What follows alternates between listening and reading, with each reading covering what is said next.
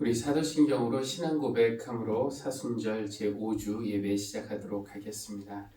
전능하사 천지를 만드신 하나님 아버지를 내가 믿사오며 그 외아들 우리 주 예수 그리스도를 믿사오니 이는 성령으로 잉태하사 동정녀 마리아에게 나시고 본디오 빌라도에게 고난을 받으사 십자가에 못 박혀 죽으시고 장사한 지 사흘 만에 죽은 자 가운데서 다시 살아나시며 하늘에 오르사 전능하신 하나님 우편에 앉아 계시다가 저리로서 산자와 죽은 자를 심판하러 오시리라. 성령을 믿사오며 거룩한 공회와 성도가 서로 교통하는 것과 죄를 사하여 주시는 것과 몸이 다시 사는 것과 영원히 사는 것을 믿사옵나이다. 아멘. 오늘 사순절 5번째 주일, 각 가정에서 영상으로 함께 예배하시는 모든 성도님들을 주님의 이름으로 환영합니다. 3월 1일, 3월 첫째 주일부터 시작한 영상 예배가 오늘 3월 29일, 3월 마지막 주일까지 계속 이어지고 있습니다. 이렇게 시간이 길어질수록 함께 예배 드렸던 때가 더 그립고 또 앞으로 함께 예배 드릴 그 날을 더 기대하게 됩니다. 날씨도 따뜻해지고 또 최대한 집에 머물던 사람들도 지쳐서 그런지 점점 밖에 나가고 있습니다. 그래서 코로나19 바이러스 그 기세가 쉽게 꺾이지 않고 있습니다. 안 그래도 사회가 힘든데 또 이번 주에 N번방 사건 터지면서 우리가 사는 이곳은 더 한 번의 충격으로 마음이 더욱더 산란합니다. 오늘 우리에게 주시는 말씀을 통해서도 우리가 보겠지만 마른 뼈가 가득한 골짜기 그리고 나사로가 묻혔던 무덤이 꼭 우리의 현실과 같습니다. 우리의 현실은 어둡지만 우리는 눈을 들어 부활이요 생명이신 예수님을 바라보고 예배하기 위해서 이 자리에 모였습니다. 모인 우리 모두에게 우리 주님께서 평강과 은혜를 베풀어 주시기를 바랍니다. 성령님이 함께 하시기를 우리가 바라는 마음으로 찬송가 192장 함께 찬양하겠습니다.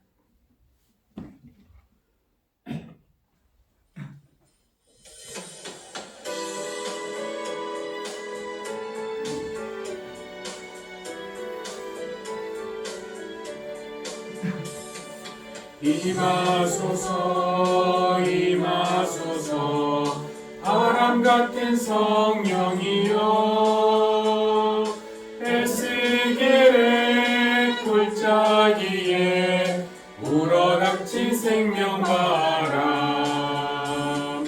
오순절날 다락방에 말씀으로 임하시며 나의 영을 사로잡아 새로 나게 하옵소서. 임하소서 임하소서 불과 같은 성령이여 불의 혀로 임하셔서 진리 알게 하시옵고 세례를 베푸시어 죄의 뿌리 소멸하사 거룩하고 깨끗하게 변화시켜 주옵소서. 임하소서 임하소서 생수 같은 성령이여 거친 길에 샘이 솟고 사막에는 강 흐르고 생수 같은 주의 성령 폭포같이 부어주사 내 속에서 생명수가 흘러나게 하옵소서. 임하소서 임하소서 기름 같은 성령이여 은혜로서 치유하고 사랑으로 삼으시어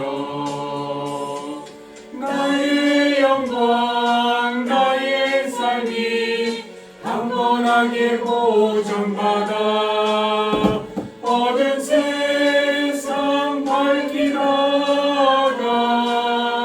들림받게 하옵소서. 교동문은 시편 130편입니다.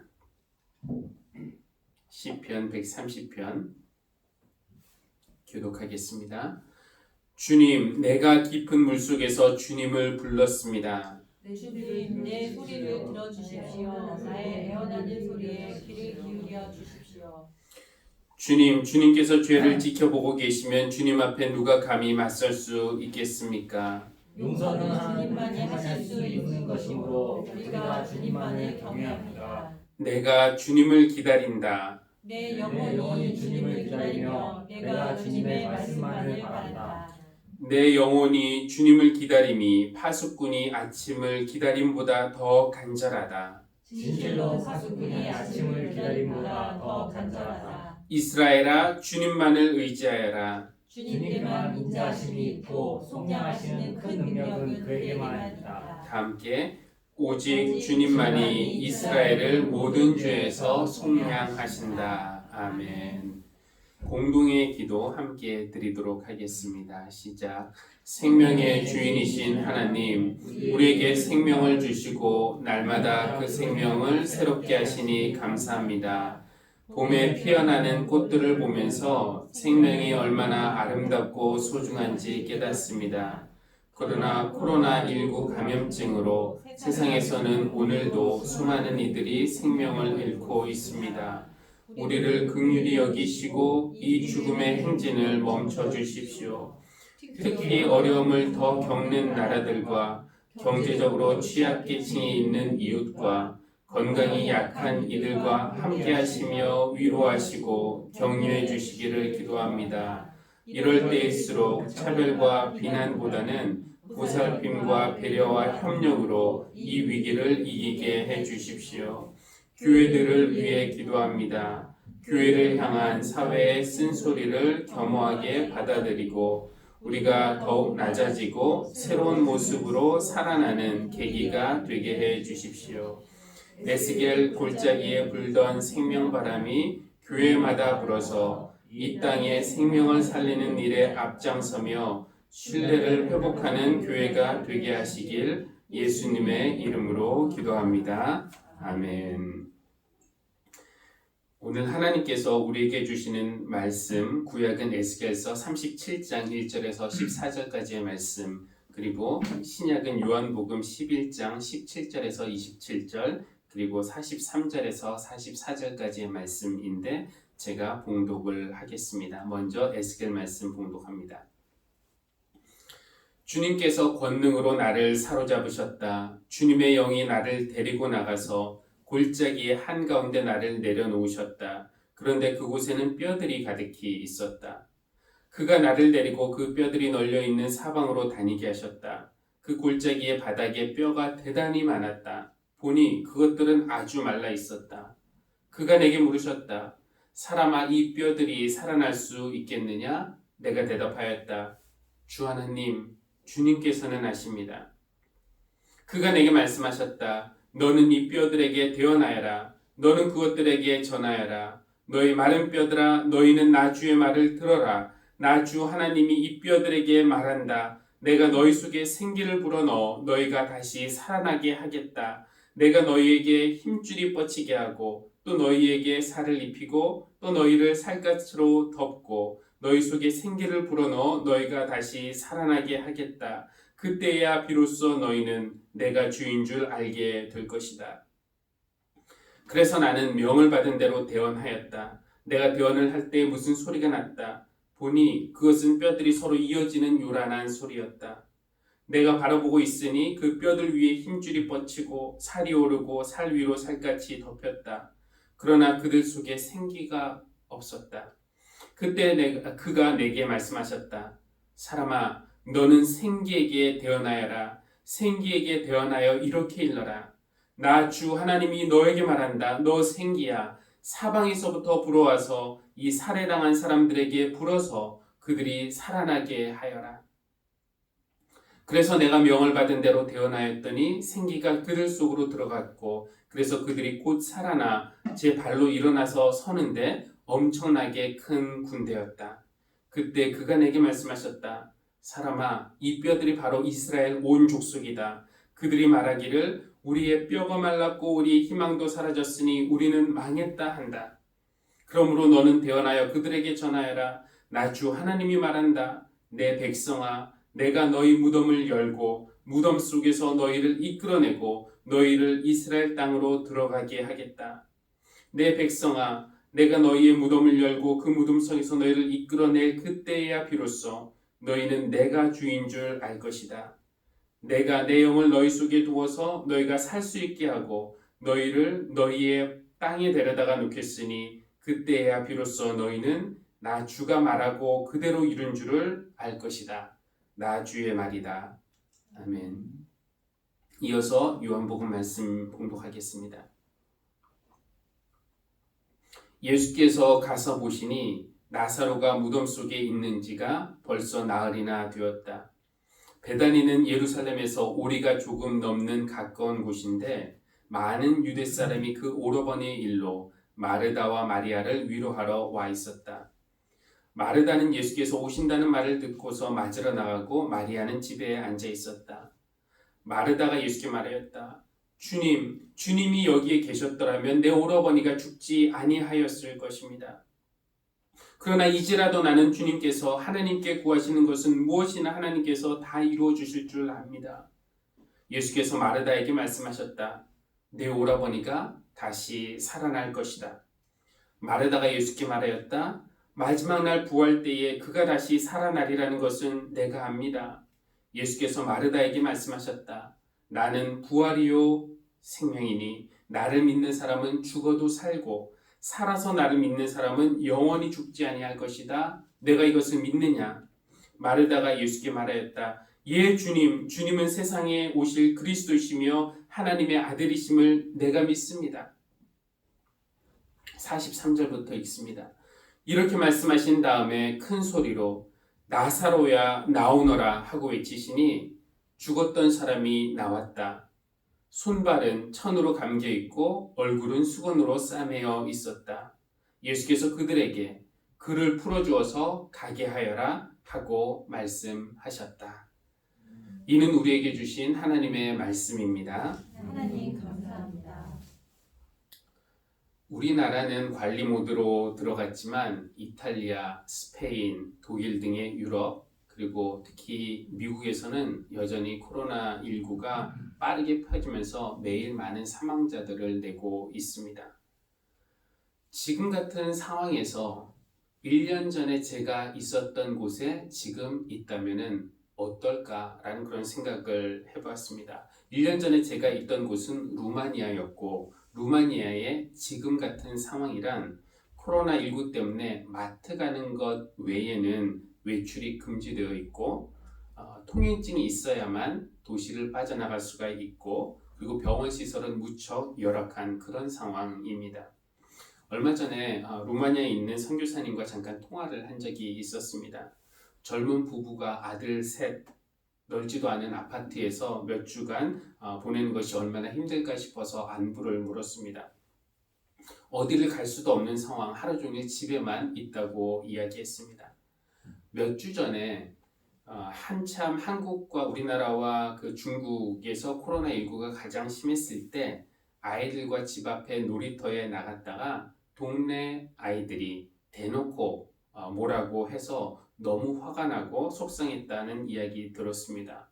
저도 루마니아에 있을 때 저희가 살던 그 아파트 단지 내에서 아이들과 산책을 하다가 동양인이라고 제 딸들을 놀리는 동네 사내 아이들을 겪은 적이 있었기 때문에 그 이야기가 남의 이야기처럼 느껴지지 않았습니다. 아빠가 없는 상황도 아니고 바로 옆에 있는 상황인데 대놓고 놀리는 그 루마니아의 아이들은 보면서 그저 철없는 어린아이들의 장난으로 가볍게 보면 좋겠는데 이 속에서부터 솟아나는 그 분노를 쉽게 가라앉히기가 어렵다고 했습니다.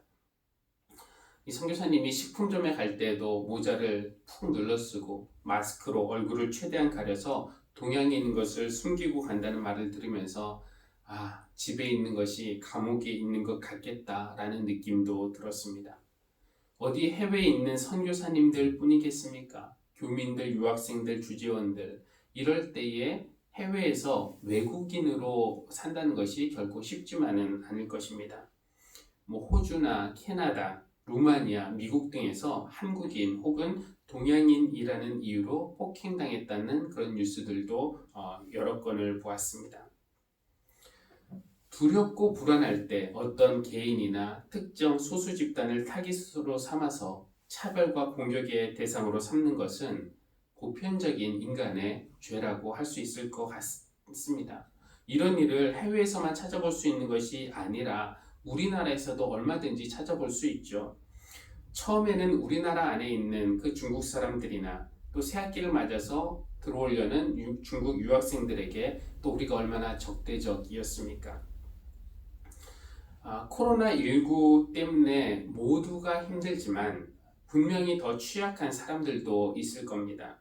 국내에 있는 이주 노동자들, 생계 때문에 일을 쉴 수 없는 경제구조에서 가장 취약한 이들, 자가격리를 한다고 해도 돌봐줄 사람들이 없는 소외된 이들, 어르신들이나 장애인들, 시장을 보거나 병원에 가는 것조차 힘든 환자들, 어쩌면 조금 여유 있는 이들에게는 이때가 오히려 삶의 속도를 줄이며 좀 쉴 수 있는 그런 시간이 될지 몰라도 불안정한 위치에 있는 사람들에게는 위태한 고립의 시간이 될 수도 있습니다.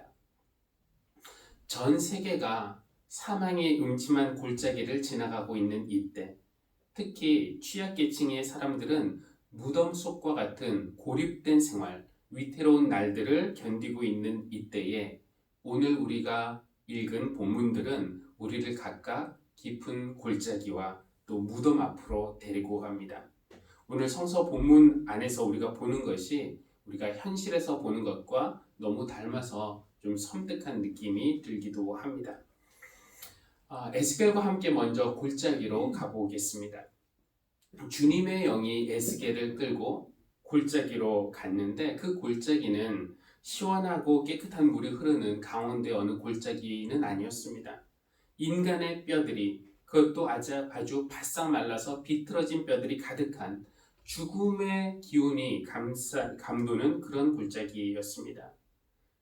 하나님이 에스겔에게 이렇게 물어보십니다. 이 뼈들이 살아날 수 있겠느냐? 생각해보면 너무 황당한 질문 아닌가요? 말라 비틀어진 뼈들이 무슨 수로 살아날 수 있겠습니까? 일단 죽으면 살 수 없는 법, 게다가 죽은 지 너무 오래돼서 살은 다 썩어서 없어지고 뼈만 남았는데 그 뼈들이 어떻게 다시 살 수 있겠습니까? 너무 황당한 질문이지만 그 질문을 하시는 분이 다름 아닌 하나님이시기 때문에, 그분에게는 불가능이란 없기 때문에, 그분은 무에서 유를 창조하시는 분이기 때문에 우리는 무조건 아니요 라고 대답할 수만은 없습니다. 이 에스겔이 반영하는 시대는 어떤 상황인가? 유쾌하진 않겠지만 이런 상상을 우리가 해보면 어떻겠습니까? 남한과 북한이 전쟁을 했는데 북한이 이겼다고 한번 상상해 보십시오. 북한이 이겼고 여러분은 죽었거나 살아남았으면 전쟁 포로입니다. 이제 더 이상 서울의 편안한 아파트에서 살 수 없습니다. 냉장고만 열면 먹을 것이 풍성했던 생활도 이제는 끝입니다. 따뜻한 봄날에 꽃 구경, 더운 여름에 해변으로의 피서, 가을에 단풍놀이, 이런 삶은 이제 꿈에서나 가능한 삶이 되었습니다. 그동안 모았던 재산도 다 빼앗겼고 부모님 돌아가셨고 자녀들도 생사를 알 수 없습니다. 여러분은 밧줄에 묶여서 북송되었습니다. 한반도에서 가장 춥다는 중강진, 포로 수용소에 끌려가 날마다 중노동에 시달려야 합니다. 그렇게 하루하루가 지났는데 어느새 40년이라는 세월이 흘렀습니다. 여러분도 이제 늙었습니다. 서울에서의 그 옛 생활, 아직도 그때로 되돌아갈 수 있을 것이라는 희망을 여러분 버리지 않으셨습니까? 에스겔이 활동했던 당시 이스라엘의 상황이 이와 비슷했을 겁니다. 나라는 망했고 대부분의 사람들은 죽었거나 흩어졌거나 포로로 끌려갔습니다. 바벨론 강가 이국 땅에서 예루살렘에 있는 서쪽 하늘을 바라보면서 슬피 우는 것이 그들의 일상이었습니다. 기쁨이 없었고 소망이 없었고 그러니 살 이유가 없었습니다. 그때 하나님이 에스겔에게 마른 뼈로 가득한 계곡을 보여주셨고 그에게 물어보신 것입니다. 이 뼈들이 살아날 수 있겠느냐? 과연 가능할까요? 전능하신 하나님에게 불가능이란 없습니다. 물론 하나님이 하지 않으실 일은 있겠지만 하나님이 하지 못하실 일은 없습니다. 그것이 우리의 믿음의 고백이 아닙니까? 하나님이라면은 앞장서서 욕을 하던 사람이 변하여 20년 후에 장로가 되고 성실하게 교회를 섬기는 그런 모습도 보았습니다. 병원에서 불가능하다고 판단한 사람을 고치시는 일, 수개월 의식불명에 빠진 사람을 다시 일으켜 세우시는 일을 하나님이 하신 것도 보았습니다. 사업에 실패하고 빚은 엄청나게 늘어나고 직장은 없고 경제적으로 쪼들려 죽으려고 했던 사람을 하나님이 재기시키시는 것도 보았습니다. 정말이지 하나님에게 불가능이란 없습니다. 그런데 마른 뼈가 살아나는 것도 가능할까요? 그냥 아팠던 사람이 낫는 것 말고 그냥 못된 사람이 착하게 변하는 것 말고 망했던 사람이 재기하는 것 말고 마른 뼈가 살아나는 일도 가능하겠습니까? 하나님은 에스겔에게 던지셨던 이 질문을 오늘날 우리에게도 던지고 계십니다. 우리가 살면서 공부하다가 또 사업하다가 사랑하다가 실패할 때 우리가 인생의 바닥을 친 그때에 하나님이 우리에게 물으십니다. 이 뼈들이 살아날 수 있겠느냐? 부부관계가 틀어진 후 서로에 대한 신뢰가 깨진 후 부부 사이에 미움의 골이 깊어가고 더 이상 사랑하지 않을 뿐만 아니라 더 이상 함께 사는 것이 불가능하다고 느껴질 때 하나님이 우리에게 물으십니다. 이 가정이 다시 살아날 수 있겠느냐? 직장에서 배신당하고 부당한 대우 받을 때, 동료들에게 오해받고 미움당할 때, 친구들이 하나둘씩 다 떠나가고 하나 혼자 남을 때, 이 세상에 내가 설 자리가 더 이상 없다고 느껴질 때 하나님이 우리에게 물어보십니다. 이 사람이 다시 살아날 수 있겠느냐? 여성들, 특히 아동과 청소년들을 성적 노예로 다루고 수십만 명이 그것을 지켜보며 즐겼다는 충격적인 N번방 사건. 가해자들이 충분히 처벌을 받고 74명의 피해 여성들, 특히 16명의 미성년자들이 신체적, 정서적, 전신적으로 온전히 회복될 뿐만 아니라 이런 악한 문화가 더 이상 우리 사회에 발붙이지 못하게 되는 그런 일이 가능할까 의심이 들 때 하나님은 우리에게 물어보십니다. 이 사회가 다시 살아날 수 있겠느냐? 여러분, 한국 교회는 다시 살아날 수 있을까요? 교회 관련 기사들에 달린 댓글들을 보면 철저하게 신뢰를 잃은 교회들, 이 사회에서 계곡에 가득한 마른 뼈처럼 방치된 죽은 교회들이 다시 연결되고 이어지는 일, 이기적이고 탐욕적이고 배타적이라는 오명을 씻어내고 생명을 살리는 일에 앞장서는 교회, 섬김과 희생으로 지역사회를 살리는 그런 교회, 믿지 않는 이웃들로부터 우리 곁에 있어서 고맙다, 우리를 위해서 기도해줘서 고맙다라는 소리를 듣는 교회, 세상에서부터 신뢰와 사랑을 받고 또 세상에 소망과 위로를 주는 그런 교회, 그런 꿈을 포기해야 할 것 같은 이때에 하나님은 우리에게 물어보십니다. 이 교회들이 살아날 수 있겠느냐? 에스겔은 이렇게 대답했어요. 3절에서 주 하나님, 주님께서는 아십니다. 에스겔은 답은 몰랐지만 정답을 말한 겁니다. 주 하나님만이 아십니다. 주님께서 아십니다. 하나님만이 아신다는 것은 하나님이 많은 정보를 가지고 계시기 때문에 혹은 머리가 좋아서 아신다는 것이 아니죠. 하나님이 생명을 주관하시기 때문에 죽고 사는 것은 전적으로 하나님의 의지에 달려있기 때문에 하나님만이 아신다라고 고백한 것입니다. 하나님은 살리실 수 있다. 하나님만이 살리실 수 있다. 계고 앞에 선 우리에게 이런 믿음이 필요합니다. 그러나 믿음만으로는 부족합니다. 하나님은 에스겔에게 뼈들에게 대언하라고 또 생기에게 대언하라고 하시면서 에스겔을 그 일에 동참을 시키십니다. 에스겔이 마른 뼈들을 향해서 그 죽음의 현실을 향해서 내가 너희를 다시 살아나게 하겠다라는 하나님의 말씀을 대언했을 때 에스겔은 그 뼈들이 서로 연결되고 이어지고 힘줄이 생기고 살이 오르고 살같이 덮이는 것을 목격했습니다. 또 생기를 향해서 생기야 사방에서 불어와라 라는 하나님의 말씀을 대언했을 때 생기가 그들 속에 들어가 생명을 주는 것, 그 마른 뼈들이 살아나는 것을 보았습니다. 오직 하나님만이 하실 수 있는 이 일에 에스겔을 참여시키시는 데는 이유가 있을 겁니다. 우리를 동참시키시는 데는 이유가 있을 겁니다. 아픈 사람들이 다시 살아날 수 있지만 우리가 그들에게 가서 위로의 말을 해야 하는 것이고, 하나님은 소외받은 사람들을 사회로 공동체로 복귀시키실 수 있지만 우리가 그들을 찾아가는 발이 되어야 하는 것이고, 상처받고 깨진 가정들 하나님이 살리실 수 있지만 우리가 그들을 위로하고 어루만지는 손이 되어야 하는 것입니다.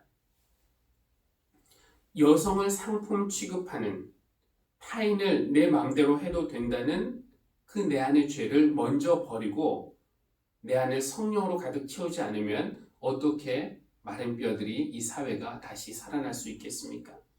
이기적이고 탐욕적이고 배타적인 우리의 신앙을 먼저 버리고 사방에서 불어오는 성령의 기운으로 생기로 우리가 새로워지지 않으면 어떻게 마른 뼈 같은 교회들이 되살아날 수 있겠습니까? 주님의 영이 에스겔을 골짜기로 데리고 갔듯이 예수님은 마르다와 마리아를 데리고 그들의 오빠 나사로가 묻힌 무덤 앞으로 가셨습니다. 이 뼈들이 살아날 수 있겠느냐라는 질문에 예수님 버전은 무엇이냐? 내 오라버니가 살아날 것이다. 이것을 믿느냐? 그 말씀을 들은 마르다는 마지막 날에 부활 때에 그가 다시 살아나리라는 것을 내가 압니다 라고 대답하죠. 예수님은 물으십니다. 나는 부활이요 생명이니 나를 믿는 사람은 죽어도 살고 살아서 나를 믿는 사람은 영원히 죽지 아니할 것이다. 내가 이것을 믿느냐? 보통 사람이 물어봤다면은 잘 생각해 보면은 말도 안 되는 질문이지만 그 질문을 던지시는 분이 다름 아닌 예수님이기 때문에 예수님에게는 불가능이 없다는 것을 우리가 믿기 때문에 무작정 아니요 라고 대답할 수는 없습니다. 마르다가 예 주님 내가 믿습니다 라고 대답을 했지만 그것은 무덤을 향해 가는 도중에 그랬던 것이고, 막상 무덤 앞에서는 마르다는 뭐라고 말했습니까? 주님 죽은 지가 이미 나흘이나 되어서 벌써 썩은 냄새가 납니다 였습니다. 그러니까 나사로가 다시 살 수 있겠느냐라는 예수님의 질문에 주님은 하실 수 있다라는 믿음과 그것이 과연 가능할까라는 의심이 마르다 속에 공존하고 있었다는 것입니다. 아마 오늘날 우리도 마찬가지일 겁니다. 코로나19 감염증으로 드러난 사람 간의 편견과 혐오, N번방 사건으로 드러난 성의 상품화와 여성 아동 착취, 좌절과 고통을 경험하고 있는 개인, 미움과 갈등으로 포기하고 싶은 가정, 그리고 사회에서 자꾸 신뢰와 설자를 잃어가는 교회, 현실이 이런데 이 뼈들이 살아날 수 있겠느냐? 나사로가 무덤에서 나올 수 있겠느냐? 마른 뼈 가득한 골짜기와 묻힌 지 나흘이나 지난 무덤 앞에서 우리는 조심스럽게 대답합니다. 주님만이 아십니다. 주님 믿습니다. 그러나 벌써 냄새가 납니다. 믿음과 의심이 우리 안에 공존하고 있어요. 그런데 그런 우리를 향해 주님은 의심은 버리고 믿음을 붙들라는 그런 의도로 나는 부활이요 생명이다 우리에게 선언하십니다. 의심과 믿음이 공존하는 우리를 향해 성령님은 의심은 버리고 믿음을 붙들라는 의도로 뼈들을 향해서 또 생기를 향해서 대언하라고 명령을 하십니다. 그래서 기도하는 마음으로 하나님을 의지하는 마음으로 우리는 마른 뼈들을 향해, 그러니까 우리의 영혼을 향해서, 우리의 육신을 향해서, 우리의 인생을 향해서, 우리의 가정을 향해서, 우리의 교회를 향해서, 우리의 사회를 향해서 대언해 봅니다. 주 하나님이 말씀하신다, 살아나라. 또 한 번 무덤을 향해서 주님이 나사로야 나오너라 외치셨던 것 우리도 따라서 우리의 죽음의 현실을 향해서 나사로야 나오너라 함께 외쳐봅니다. 그 나사로는 좌절한 나일 수도 있고 포기한 가정이 될 수도 있고 주저앉은 교회가 될 수도 있고 소망 없어 보이는 사회가 될 수도 있습니다. 그런데 놀랍게도 이 바싹 말랐던 뼈들이 살아났고요. 나사로가 무덤에서 걸어서 나왔습니다. 우리 주님은 부활이요 생명이기 때문에 가능했던 일이라 믿습니다. 부활절이 앞으로 2주 남았습니다. 우리가 서 있는 오늘의 현실은 에스겔이 본 골짜기나 나사로의 무덤과 같지만 여러분 좌절하지 맙시다. 포기하거나 절망하지 맙시다. 에스겔의 골짜기에 생명바람이 불었고 나사로의 무덤에서 생명이 걸어 나왔다면 오늘 우리가 처한 현실에서도 하나님이 그런 일 하실 수 있을 것입니다. 죽음의 현실을 향해서 살아나라고, 생기를 향해서는 사방에서부터 불어오라고 기도하는 마음으로 대언하면서 우리가 믿음으로 부활절을 기다리면 좋겠습니다. 찬송가 276장 함께 찬양하겠는데, 너희가 다시 살아나게 하겠다, 그리고 내 오라버니가 다시 살 것이다, 이런 주의 확실한 약속의 말씀 들었으니 그 말씀 믿으면 구원을 얻게 될 것입니다. 주의 확실한 약속의 말씀 듣고 우리 함께 찬양하도록 하겠습니다.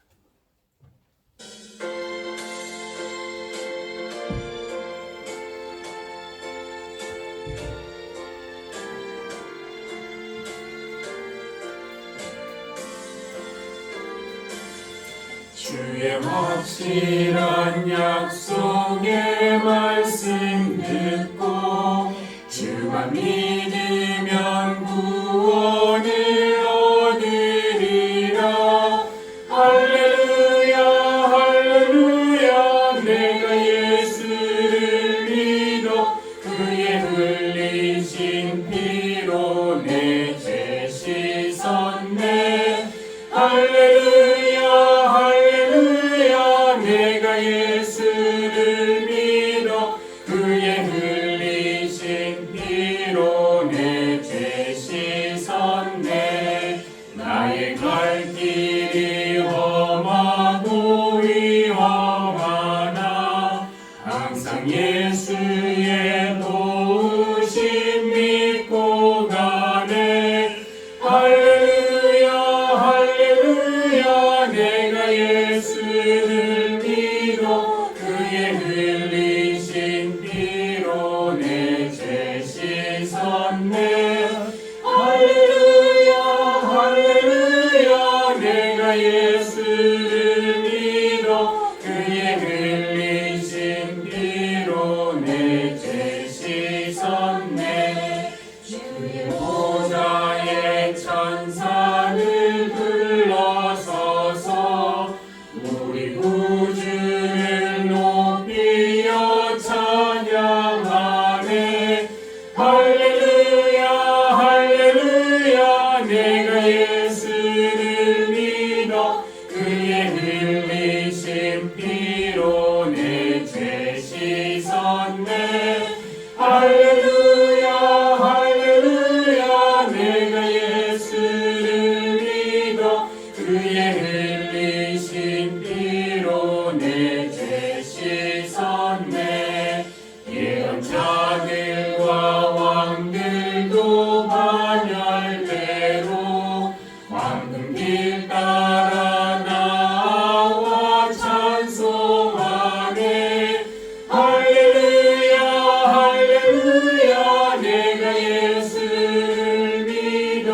그의 흘리신 피로 내 죄 씻었네. 할렐루야 할렐루야 내가 예수를 믿어 그의 흘리신 피로 내 죄 씻었네. 우리 모두 다 그 방열 뒤따르며 함께 즐거운 찬송을 부르리라.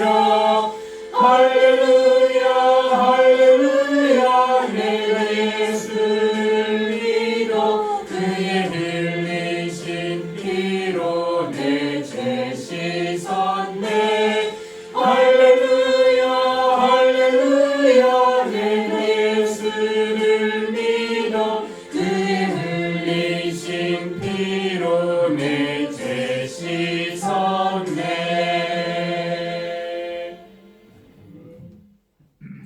교회 소식을 먼저 알려드리도록 하겠습니다. 오늘도 영상 예배 함께 하시는 모든 성도님들에게 우리 하나님께서 은혜 베풀어 주시고 또 한 주간 보호해 주시기를 바랍니다. 사순절 막바지를 지나고 있고 또 부활절 향해 가고 있습니다. 부활주일이 4월 12일인데요. 그때까지는 이 코로나19가 거의 종식이 되어서 또 함께 교회에서 예배를 드릴 수 있기를 바라는데 이를 위해서 함께 기도해 주시기를 바라겠습니다. 원래 마지막 그 고난 주간에 계획했던 특별 사순절 특별 새벽기도회는 성령 강림절 즈음으로 변경을 하도록 하겠습니다. 언제부터 우리가 함께 모여서 예배를 드릴 수 있을지 계속 지켜보고 있는데 초중고 개학과 함께 그 시간에 맞춰서 하려고 했는데 지금 4월 6일로 예정되었던 그 개학이 또 변경될 수도 있다는 뉴스가 있어서 좀 더 상황을 지켜보고 또 기획위원과 상의해서 여러분께 알려드리도록 하겠습니다. 우리 함께 기도하겠습니다. 생명의 하나님, 하나님께 영광과 찬양을 드립니다. 주님은 생명과 부활이시니 주님과 함께라면 삶의 어떤 폭풍도 이겨낼 수 있음을 믿습니다. 눈에 보이지 않은 작은 바이러스에서 시작된 이 감염의 폭풍이 전 세계에 몰아치면서 날마다 많은 사망자들을 내고 있고 그 뒤를 바짝 따라서 경제 침체라는 불안한 폭풍이 또 우리를 모두 두려움과 불안 속에 빠뜨립니다. 하나님, 아픈 이들을 고쳐주시고 아프지 않은 이들을 보호하여 주십시오. 지도자들에게 지혜를 주셔서 코로나19 감염증과 또 경제적 불안을 이겨낼 지혜를 모으고 협력하게 해주십시오. 모든 교회들이 연결되고 협력하여 우리 사회에 도움이 더 필요한 사람들을 우리가 어떻게 돕고 섬길 수 있는지 우리의 마음과 힘을 모으게 해주십시오. 두려움을 잠잠하게 하시고 주님을 계속 의지할 때 주님이 주시는 소망과 기쁨과 평안으로 우리를 채워주십시오. 이런 일을 계기로 우리 개인들이 새로워지고 교회가 거듭나게 해주십시오. 주님의 능력과 치유와 영광이 이 땅에 나타나길 원합니다. 주님 어서 오셔서 주님의 영광을 나타내 주십시오. 예수님의 이름으로 기도합니다. 아멘. 이제는 우리의 이름을 부르시며 우리가 처한 죽음과 어둠의 현실에서 나오너라 부르시는 부활이요 생명 되신 예수 그리스도의 은혜와 무에서 유를, 절망에서 희망을, 죽음에서 생명을 창조하시는 우리 하나님 아버지의 크신 사랑과 사방에서부터 불어 우리 안에 죄를 다 날려버리시고 생기로 가득 채우시는 성령님의 역사하심과 교통하심이 골짜기와 의심과 믿음 공존하지만 의심을 떨쳐버리고 믿음을 붙들기 원하는, 그래서 우리 삶과 가정과 교회와 사회에서 마른 뼈들이 살아나는 것을 보기 원하는 사랑하는 모든 성도님들과 지금부터 영원까지 늘 함께 하시기를 간절히 축원합니다. 아멘.